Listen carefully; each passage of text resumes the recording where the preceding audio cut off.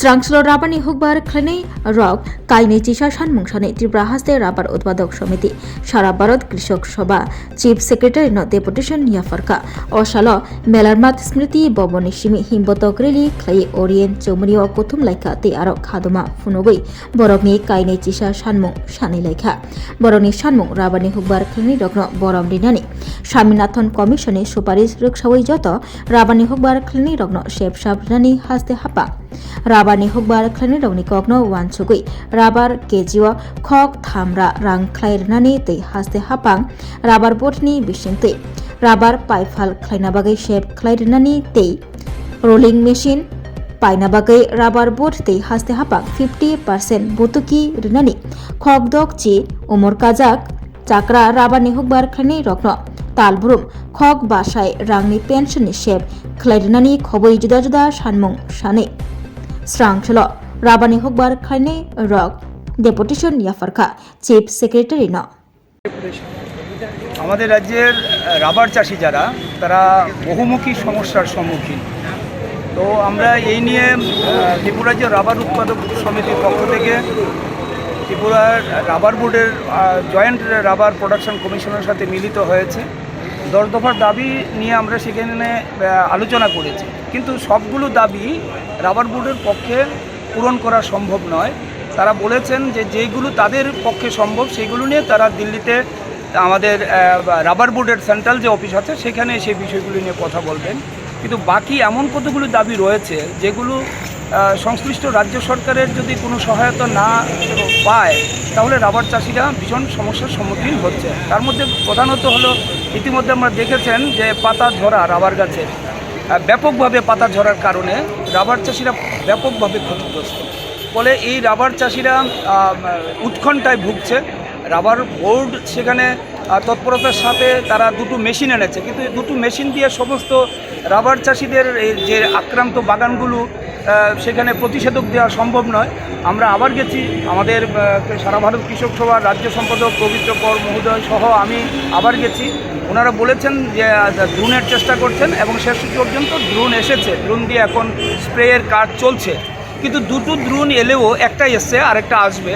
কিন্তু 1150 হেক্টর জায়গা 11,500 হেক্টর জায়গা তারা চিহ্নিত করেছেন যেখানে অ্যাফেক্টেড। তো এর মধ্যে দুটো ড্রোন দিয়ে এইগুলো করতে প্রায় 1 মাস সময় লেগে যাবে। ততক্ষণে নতুন পাতা গজিয়ে যাচ্ছে। ফলে দ্রুততার সাথে সেটা দেওয়ার জন্য আরও ড্রোনের দরকার, সেই জন্য রাজ্য সরকারের সহযোগিতা প্রয়োজন। আমরা এই কথাটাই রাজ্যের চিফ সেক্রেটারির কাছে নিয়ে যাব। রাজ্যের নতুন বাগান করার ক্ষেত্রে সাবসিডি 2022 সাল পর্যন্ত ছিল, এটাকে তুলে দেওয়া হয়েছে। রাবার বোর্ডকে আমরা অনুরোধ করেছি, তারা বলেছেন চেষ্টা করবেন। রাজ্য সরকারকে আমরা বলছি পঞ্চায়েত এবং ব্লকগুলি থেকে সেখানে সাহায্য করার জন্য রাবার চাষিদের যাতে নতুন করে রাবার বাগান করা যায়। রাবার যারা চাষি তারা 60 বছর হয়ে গেলে পরে তাদের আর অক্ষমতা, কাজের ক্ষমতা থাকে না, সেই ক্ষেত্রে তাদেরকে পেনশনের ব্যবস্থা করা, তাদের সহজ শর্তে ঋণের ব্যবস্থা করা, নতুন ধোয়াঘর এবং রুলিং মেশিন দেওয়ার ক্ষেত্রে রাজ্য সরকারের সহযোগিতার প্রয়োজন। ফলে রাজ্য সরকার একেবারেই উদাসীন। এই রাবার চাষ সম্পর্কে বামফ্রন্ট সরকারের সময়ে ব্যাপকভাবে এই রাবার চাষ হওয়ার ফলে ত্রিপুরার অর্থনীতি রাবার উপর দাঁড়িয়ে রয়েছে। রাবার চাষিরা রাবার উৎপাদনের মধ্য দিয়ে তাদের জীবন জীবিকা নির্বাহ করছে। এই অবস্থায় যাদের রাবার বাগান নেই তারা কি দুর্বিষহ অবস্থায় ত্রিপুরা রাজ্যে চলছে, এটা ওদের কাছে গেলে পরে আপনারা বিষয়টা জানতে পারবেন। সেই অবস্থায় আমরা চাইছি যারা রাবার বাগান করছে তাদের যে সাধারণ জীবিকা নির্বাহের যে উৎসের যে জায়গাটা, এই জায়গাটা ধ্বংস হয়ে যাচ্ছে। তার জন্য রাজ্য সরকার সার্বিকভাবে সহযোগিতার হাত সম্প্রসারিত করুক। এই জন্য আমরা 21 দফা দাবি নিয়ে আজ বিকাল 4টায় আমাদের সময় দিয়েছেন, রাজ্য ডেপুটেশনে মিলিত হব। আমরা আশা করি আমাদের 21 দফা দাবি নিয়ে রাজ্যের মুখ্য সচিব সদর্থক ভূমিকা নেবেন। এই দাবিতেই আমরা এখন এখান থেকে মিছিল শুরু করব। এই মিছিল ওরিয়েন্ট চৌমনি পর্যন্ত যাবে, সেখানে আমরা একটা সংক্ষিপ্ত সভা করব। তারপর বিকাল 4টায় আমরা মুখ্য সচিবের সাথে মিলিত হব। কেরালা সরকার 300 টাকা কেজি ধরে ঠিক করেছেন, যদি বাজারে কম থাকে 250 থাকে 550 টাকা কেরালা সরকার দিয়ে দেয়। আমরা এর আগে যখন মুখ্যমন্ত্রীর কাছে গিয়েছিলাম এই দাবি করেছিলাম যে আমরাও দেব, কিন্তু আজকে 3 বছর হয়ে গেল আর এই সরকার দেখি। তাই রাবারের কোনো নির্দিষ্ট দপ্তরও সরকার ঠিক করে নেয়।